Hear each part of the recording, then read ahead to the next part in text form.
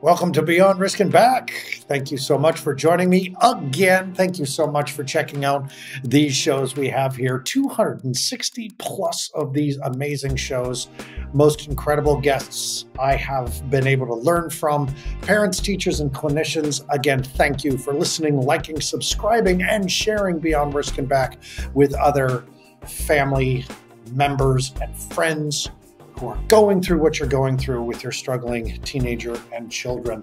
I think I've made it pretty clear through the years of doing this show that I am extremely ADHD and have found ways to turn my ADHD tendencies into my superpower. And where I've been able to promote that concept the most is with a man named Bob Dietrich, and he runs summit after summit after summit, bringing in the top experts of ADHD from all over the world to talk to parents. Hundreds and thousands of parents have listened to this guy, have utilized this guy's work. I have known him for many years. He is our guest on today's show. I know you are going to benefit from Bob's wisdom and what he does at BrainWorx. Bob Dietrich, thank you so much for once again being on the air and taking time with me. I appreciate you so much, man. Aaron, you are too kind. Thank you so much for having me. And I do want to say that I love being in this space of ADHD, and there are bigger, better experts than me, people with way more knowledge. And I am so lucky because I get to do these summits and bring these people together. So, full transparency, I just want to let people know that I have become an expert as a result of interviewing so many people and getting so much knowledge. And on a daily basis, I'm getting this information. It's a crash course, master's degree of ADHD, if you will. But at the same time, it's not me. I really love bringing in people like yourself who live. Now I've lived it, right? But you guys are living it daily. You're walking different versions of it. And I get to bring these stories in and really allow parents to pick out what is the right solution for me. As they work through this ocean of information that we have out there today. This actually prompts my first question, Bob, because I'm reminded of a quote where it says, the teacher learns twice. And I love that because everything I know about working with families in crisis and teaching parents and teaching parenting coaches allows me to keep learning from the experts. Like you, I surround myself with the smart people. I'm okay being the dumbest person in the room. But my first question for you about people with ADHD is this idea of learning while teaching. I feel excited when I learn something new. I watch a video on Facebook and then I turn around and teach it, even though I've only watched a half-hour video on it. But after I teach it, I feel like I now understand it. Like that's how I learn, is by teaching. Is that fair to say that that's how ADHD people learn? I think that's how everybody learns. When you think about it, we learn by neurons in our brain moving together and connecting. Once they connect, we've got a neural pathway in there. And that neural pathway, it's like that, you and I talked about this, like that grass field where there's this brown path where the grass is no longer growing. It's because people walk that path every day, right?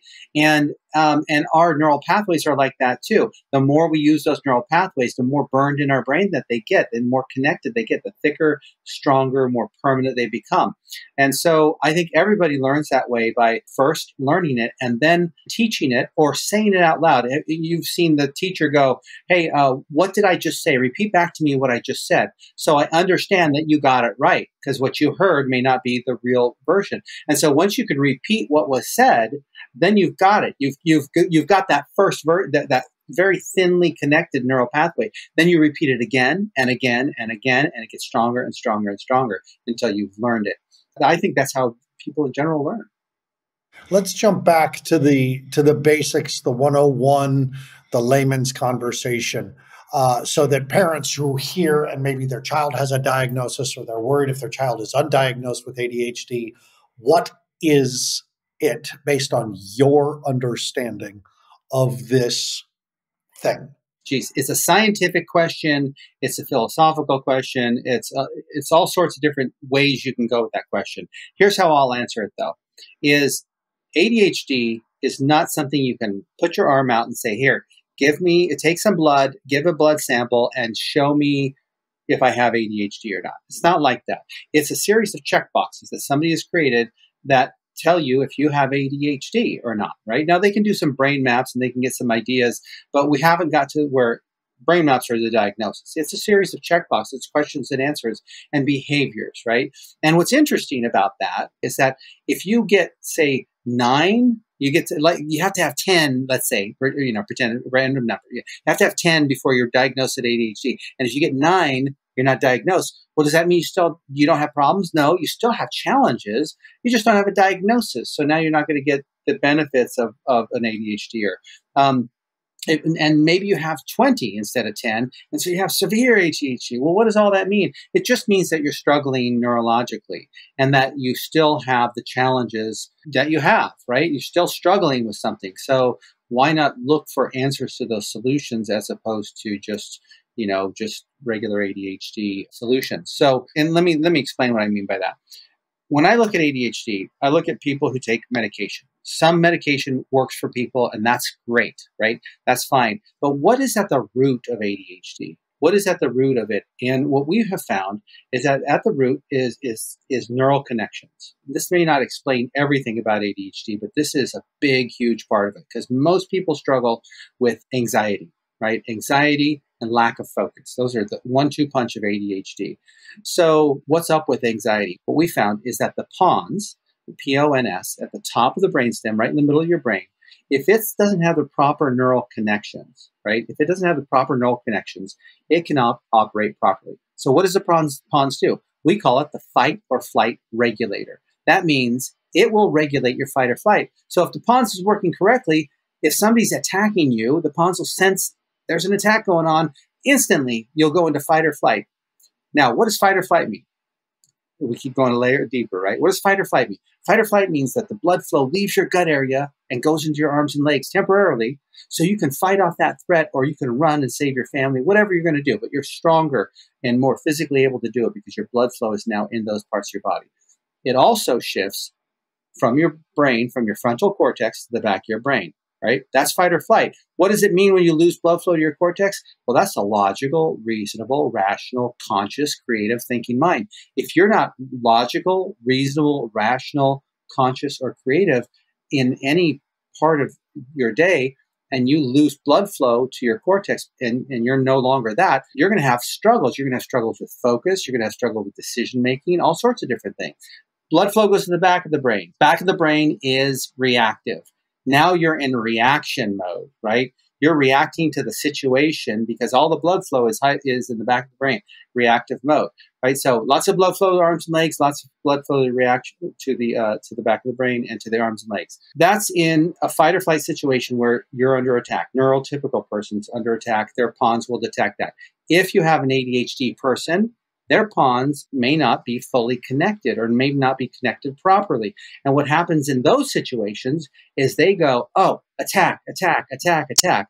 It's like, wait a sec, there's nobody attacking me. I just got a letter from the IRS. Or mom just said it's time for school. Or dad just said it's time to take a shower. Or the teacher said, hey, there's a pop quiz. Those aren't life-threatening attacks. You should not be going into fight or flight for those.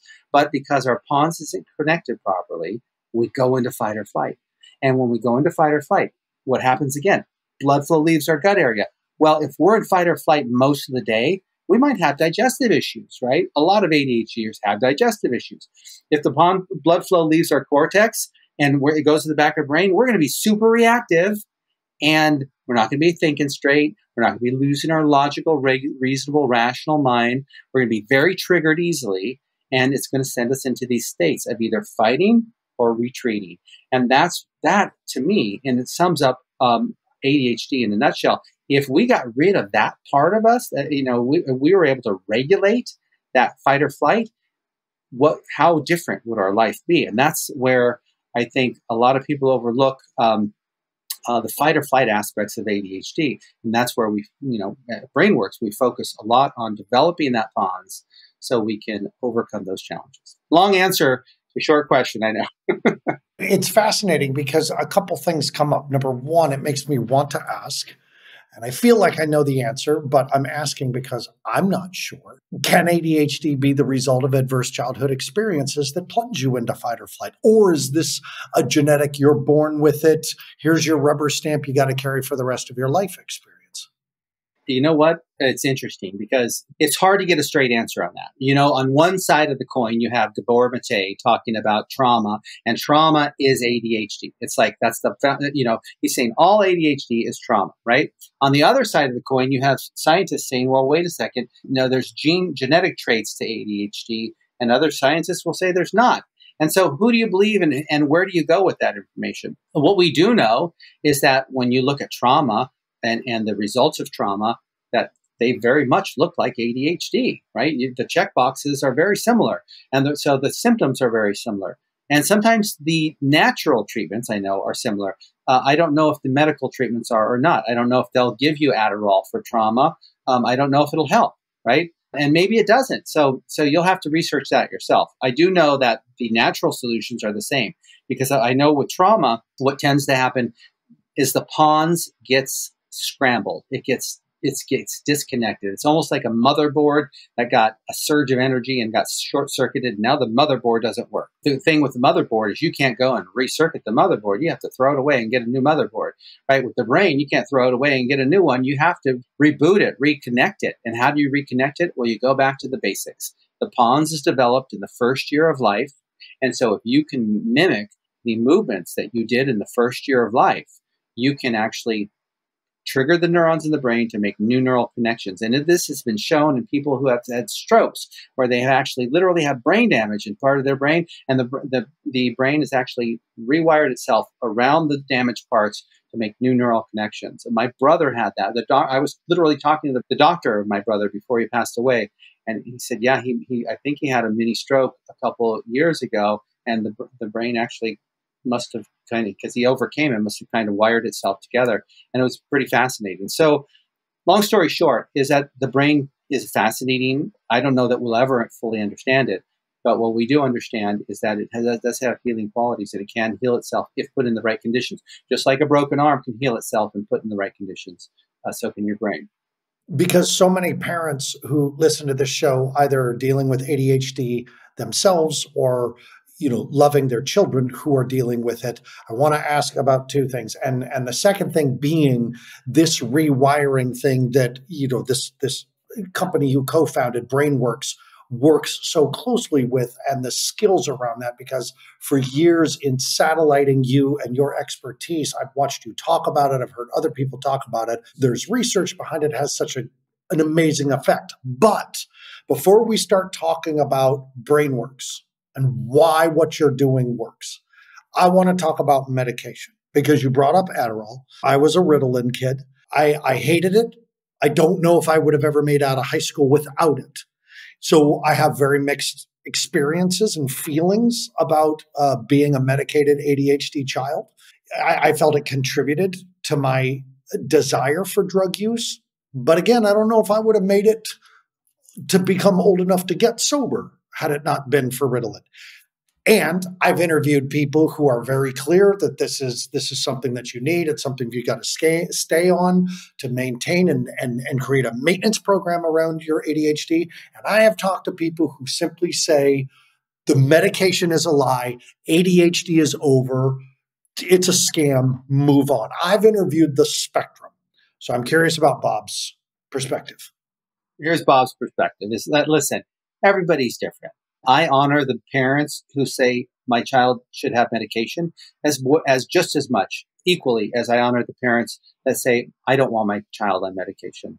Guess what? We're doing the best we can, and we don't know the answers, and neither do the doctors, right?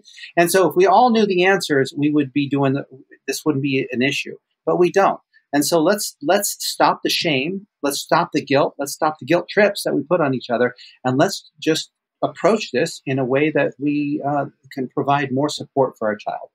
Here's what I will say to the parents, though, with regards to this, is that you and I were talking about this just the other day about, are the parents the problem? And sometimes they are, because and for this reason, and I'm not saying the parents are really the problem. The parents are actually the solution to this issue of ADHD. But how they can sometimes become the problem is they get so stressed out themselves and they don't take care of themselves. And so as a result of not taking care of themselves, they're not present and available for their children. And I know, you know what, it's harder said, easier said than done. So forgive me for making it sound so simplistic as that. But I do want to inspire you parents, take care of yourselves, because if you can be calm and you can embody a calm parent, your child, their energy will co-regulate to yours. And as a result of co-regulating to yours, they will become calmer. They will learn to be calm. They will learn the art of self-regulation, emotional regulation. And so it's so important for the parent to lead and not allow the child to lead. The energy and the emotional regulation of the relationship, the parent-child relationship. That is the first place you can start.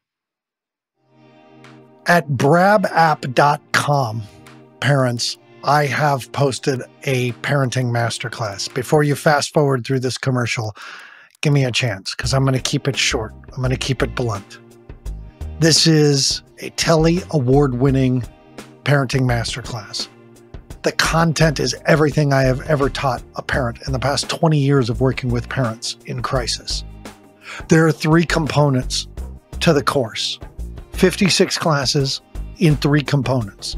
The red, the beyond risk, the crisis children. Yellow, the at-risk children. And green, when things are going well, how do we get them to go great or keep them going well? It's everything I've ever taught a parent in 20 years of working with families. But here's the deal. It's $99. I want every parent to be able to have access to this course. So please go to brabapp.com, B-R-A-B for Beyond Risk and Back. brabapp.com, brabapp.com. Check it out for yourself. You were literally talking about something that we discuss constantly with parents on this show. The strongest nervous system wins. And when we say the strongest nervous system wins, parents, I want to say again for the umpteenth time, I didn't say healthiest. I said strongest. This is why an ADHD child can run a household. This is why a toddler can shut down a supermarket with a tantrum, because it's the strongest nervous system in the room. And if everybody's going, oh God, that poor parent, and the parent's going, oh my God, I'm so embarrassed, and the kid's going, I want Fruit Loops, then this kid's got the strongest nervous system. And you're right. This is the hard part for the parents. It's easier said than done when you are in the middle of the firefight with your own child and they've done something compulsive, impulsive, reactive. They are non-responsive. They can't remember what they were supposed to do from yesterday. You're getting a call from the school again. You have had it up to here. And then Bob and Aaron are saying, the strongest nervous system wins. And it's like, okay. So let's talk about the solutions. If meds are... Yeah, before we go there, I wanted to make one more point. So we talked about the parents being the model, right? Let's take that one layer deeper, right? Why is it are we so stressed? Why is it we're so stressed? Not only are we co-regulating to our child's nervous system instead of them co-regulating to us, but also the feelings underneath the situation. Right? The feelings underneath the situation. Let me give you an example. Little girl's playing house, right? She's playing house. She wants to be the mommy. She has her little doll. She's the baby and whatever, right? Does the baby have ADHD is my question. And the answer is absolutely not, right? No, because little girls don't think about that. They don't dream about that. That's not part of the fantasy of the family. So when you get there and you have a child with special needs, not only are you not equipped, you're not trained for it, but you're not expecting it and you don't want it. This is not part of the fantasy. And so you're thrown into this other reality that is different than what you expected. And so you literally have to learn to shape your mind around what you do have now, love and embrace that. And then that is the answer to pulling yourself through the other side, because there's so much shame around this, right? It's really, there's so much shame from the parents, like, oh, I have a child who's special need. You know what? Yeah, and we weren't expecting it. And it's a growing population, and you have an amazing child with a fast thinking brain. Here's my equivalent. I love this analogy. When Superman's mother, right, his earthly mother, right, found him, and Superman's lifting up the bus to save the bus and all this other stuff. She gets him home. It's like, Clark, you can't do that in public because people don't get it, right? And so it's kind of like that. It's like our children have a Robin Williams brain, right? We all know what Robin Williams brain means, right? It's like nurture that, understand that. You have to parent differently than you ever thought you would, but you're going to have a gem at the other end if you do it, if you embrace that. And that's what I get goosebumps thinking about it. If you can come up from that mindset versus the, oh my gosh, I don't want this is not what I want, I don't know how to do it. Come from it like, I've got the Superman, I got the Robin Williams brain. If I nurture it, this is what I'm going to have as a result. You know, it felt as a kid like the world was telling me I had a death sentence. It was addiction, jails, institutions, and death because I was ADHD. And then, by the grace of all the gods, I make it to adulthood, and suddenly I'm told that all these CEOs and Fortune 500 CEOs have ADHD. And I sit on the flip side of going, so which was it, and why did I get pigeonholed in the poor Aaron versus the Aaron's got ADHD? Oh, badass, awesome. Well, look, I'll keep watching him because he's gonna like it's where, and maybe it was just that time in the 80s. Or maybe it was we didn't know to look at this from a strength-based position. If we say to the child, oh, you're ADHD? Oh. Versus, oh, you're dealing with ADHD? Man, you're going to turn some of those things into superpowers and you're unstoppable, kid. What do? I have a 9-year-old who's an ADHD little girl. And in our very first session, she was talking to me. I said, what's the worst thing about school? And she goes, the quiet room. I said, how often are you in the quiet room? She's like 3 times a week. And I said, do you know when you're going to go to the quiet room? She goes, oh, yeah. And I said, how do you know when the quiet room's coming? And she goes, the teacher makes this face. And she made a funny face, but that wasn't the point. The point was this 9-year-old can read body language.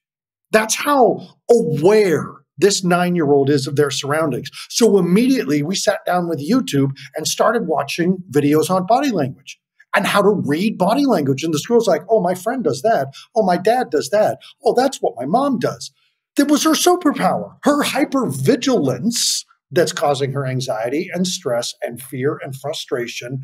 And knowing that she is destined for the quiet room is now all of a sudden, I can read the person and they haven't said a word. Mom, that guy is freaking out. She's like, which guy?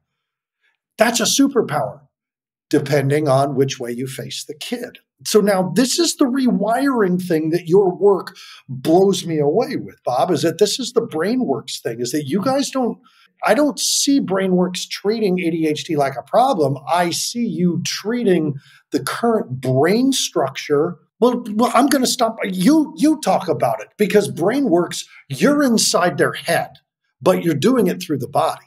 Yeah, Alma gives such a beautiful example of it. Alma's the founder of BrainWorx, and she gives such a beautiful example. She says, listen, when I had 2 doctors, she says, I had 2 doctors tell me to put my oldest son in an institution at 2 years old and move on with my life because I would never be able to handle it, right? And she said, no, I'm not going to do that. I know in my heart that there is a solution. I just know that there's a solution out there, and I'm going to find it. And that's the perseverance that it takes to run a household with ADHD. I know in my heart that this is going to be a beautiful situation. He's going to grow up to be she's going to grow up to be an amazing person, and I know I can make it through this, and I'm going to make sure that my child has the best, regardless of what my past thoughts were about the situation. And so as a result, what BrainWorx is a group of parents that work together. And we have a parent program, we have an adult program, right? So either way, they're parents. Either they're parenting their child or they're parenting their inner child, right? So either way, we're working together to parent, and we're parenting from a place of love, removing the shame, open communication, and establishing our own emotional regulation so we can model that for our child. And that, to me, is one of the most powerful things you can do.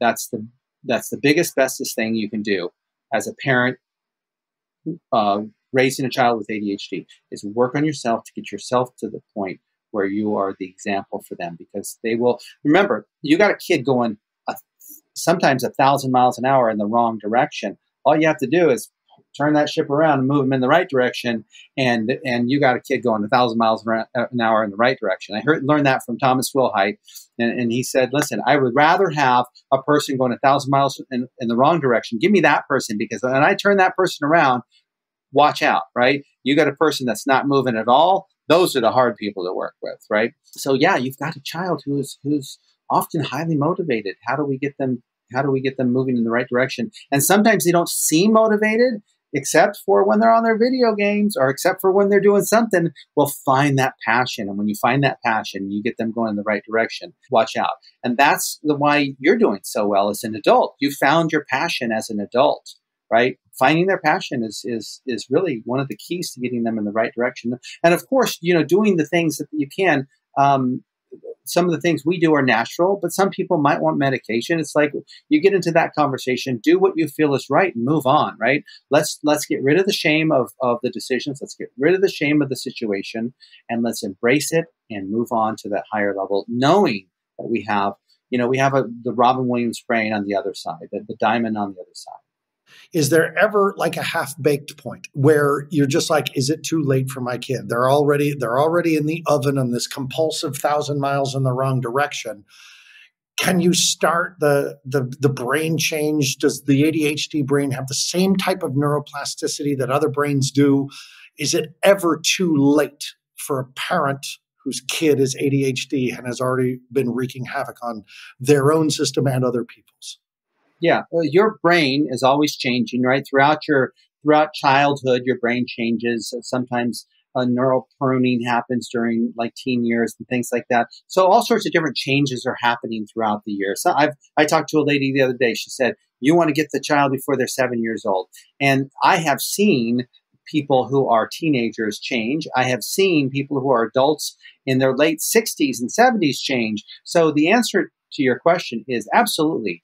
People can change at any age. Now, this lady wasn't saying that people can't change after 7. She was saying, listen, let's raise the awareness so we are treating everybody and getting everybody screened before they're 7, so we don't have, we can solve this problem on an early age, right? That's what her mission was. But the answer to your question is you can train the brain at any age. If you can learn, that means you have neuroplasticity. Neuroplasticity means simply that the brain is changing. Neurons are connecting. You are able to grasp and learn new things and grow the brain.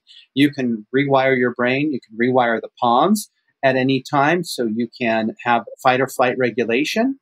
You can rewire any belief that you have, about who you are and what you do, and am I good enough? Am I smart enough? These beliefs that you have in your head, that your child has in your head, can very much be rewired fairly easily as you do different exercises that we do in our program. They actually ignite the neurons in the brain to start to move together, right? We have video showing you how these neurons move together and connect. And once they connect, they form a new neural pathway. We anchor those new beliefs to those new neural pathways, much like you would with something like NLP. What a great positive way to use something like this to say, hey, I am enough. I am smart. I am capable. I am able. I am lovable, right? I've seen so many parents that have children who are foster kids or adopted kids.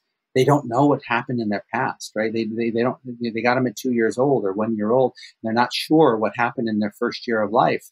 But they can see the results of it, of their abandonment and the detachment from parents, but also the lack of development, the lack of nurturing in that first year.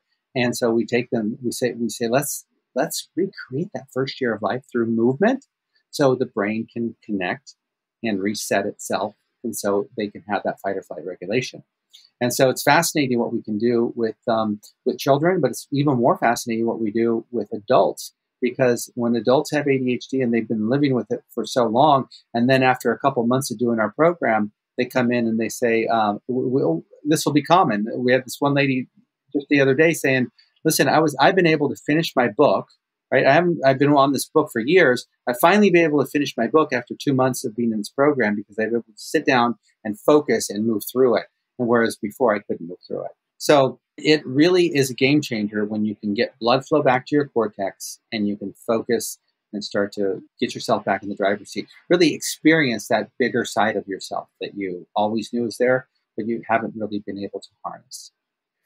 Let's talk about your summits real quick, because not only do you have one coming up, but what I want parents to understand right away is that they're free. And one of the reasons why I dig so much being around your planet and satellite your planet, or as I was saying, we're like comets that every now and then we come back into each other's orbit, is that you have provided so much free support for parents and adults, parents of children with ADHD, for parents who are adults with ADHD, for entrepreneurs with ADHD. I've been so fortunate to be a guest on so many of these summits, but here you have some of the biggest names in the ADHD industry, and they're free. They show up to your summits. They give half hour to an hour presentation, and like it's phenomenal. The people I've got to listen to just by being a guest on your summit. So let's talk about the next one, because it's the next one's specific for parents, and then after that you've got one for adults coming up. So talk about the summits. Okay, so on October 10th, 2023, from 9 a.m. Pacific to 5 p.m. Pacific, we will have 16 interviews of top experts in ADHD. And at that time, we're going to talk about everything from screen addiction to executive function, right? And everything in between. And you're going to learn for free, through these free interviews, a little bit about ADHD, about where your child is. Some will pertain to you, some may not, but you'll have all of these interviews during that time.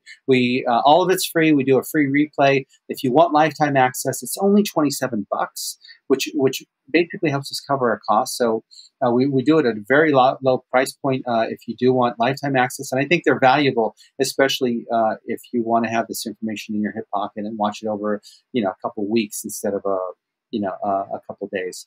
So that's what the summit is for parents, the ADHD Toolbox for parents. And the ADHD Toolbox for adults, same thing. It's focused more on adult stuff, adult issues like anxiety, focus issues. They also have executive function. Sounds similar, right? But they deal with relationships. They don't deal necessarily with screen addiction, but they deal with other addictions. They deal with entrepreneurship and jobs and holding a job and things like that. So we'll be talking about the adult issues around ADHD and how to overcome those too. So if you're an adult with ADHD, and you might be a parent with ADHD who has a child with ADHD. Does that sound familiar, Aaron? And so you might be both. And so both of these would apply to you, and you can watch both of them for free. And here's what I'll do is if you are both, like I just mentioned, and you wind up going to both, contact me, and I will make sure that you get both for the price of one. So I'll give you both summits for the price of one. Although they're free, if you want lifetime access, you can have both for the price of one. Just get a hold of me, and I'll make sure that happens. We'll put the link to register for the summits here in our show notes so that people can start registering for your programs right now. It's easy. The ADHDtoolbox.com. That's it. The ADHDtoolbox.com. And is that where parents should go no matter what, and they want to just follow up with you? Is the ADHDtoolbox.com? Is that the prime spot? You can find me at bob@theadhdtoolbox.com, and you can email me, and I can get you more information. If you want more information about BrainWorx, send me a quick email. I will send you a link to our free workshops and our website so you can learn more information about it and see what we really do. And again, if you're on medication, we don't judge on medication. We are here to support you regardless of your choice of how to raise your children. We know that you're doing the best you can, and we're here with open arms to support you in whatever direction you want to go. We have time and time again seen children who are on medication come to us and want the natural solutions as well. And so we work with both the situations. Sometimes parents don't want medication at all, so they'll come to us for that situation. Sometimes they come and say, listen, we want to eventually get off medication, and we work toward that end as well. Now, we'll have them work with their doctor to wean them off of it, but we can certainly start to move toward that goal if that's what you want to do. So whatever the case may be, I think you'll find BrainWorx a refreshing and natural way to approach ADHD that really hits it at the root of the problem. Let me give you this example. If you go into a coaching situation or a situation where you're going into, say, you have an autistic kid and they're going into ABA, and ABA is not working, or speech therapy is not working, they're not getting the results that you're looking for. What's often happening is the brain doesn't have the neural connections to be ready to absorb this information yet. So the brain's not ready yet. And so that's when we really would like to see you, because that means that you need some brain development work done before you go to those types of therapies and those types of programs. Once you do BrainWorx, you may not need it again, but if you do, the brain will be more prepared to get the results you're looking for. So there you go. That's BrainWorx, and we got so much more that we can share with you about the pons and the midbrain and how they all work together to create, to create a solution for your child and your family. I'd like to thank my guest, Bob Dietrich. Go to the ADHDtoolbox.com. You can email him directly at bob@the-ADHDtoolbox.com. Get in touch with this guy, follows what he's doing, register for these summits, you guys. Not only has yours truly been a guest, but I am blown away by the other people who have been guests on his summits. They're really something, and they last all day. Listen to them in your car, get the replay, share them. Bob's work is amazing. I've watched this man and BrainWorx grow for years. Get in touch with him if you think or if you know you're dealing with ADHD in your life. I want to say that being not only a child with pretty severe ADHD, an adult with severe ADHD, what Bob said about 1,000 miles an hour in a direction is so very true. I was telling my wife about an experience today that I had where in a short time, I was analyzing the differences between Nevada and Utah law about independent contractors and non-competition clauses in an IC contract versus NDAs. In the next hour, I was doing a creative meeting designing ranking systems for a fun fantasy video game. And in the next conversation, I was not coaching one of my employees who's going through a struggle with another one of their employees, and felt completely fulfilled because the fast pace of my day, the changing constantly of everything that was going on fits for me. I listen to heavy metal music. I want things loud and fast and rhythmic, and I can still be financially successful. I can still be okay. I can still be in a happy marriage. I can be sober. I can be a father and soon to be a grandfather. Don't point them towards failure, point them towards success. And that means you have to see it for them until they can see it for themselves. So as I get into my normal thank yous for my show, I want to thank my mom and dad for making sure that I was always looking towards solving my own problems. That's the best thing they did for me, is keep handing me my problems back. And I figured it out because they trusted me to. And also, always, I want to thank Deepen Productions for engineering the show, making it sound good. I want to thank my guest, Bob Dietrich, for his just amazing work. I'm so fond of this guy and his team. Check him out at theadhdtoolbox.com. Parents, take care of yourselves first, your adult relationships second, and your children third. That's how you're going to do your best work with your children. I'll see you next time on Beyond Risk and Back.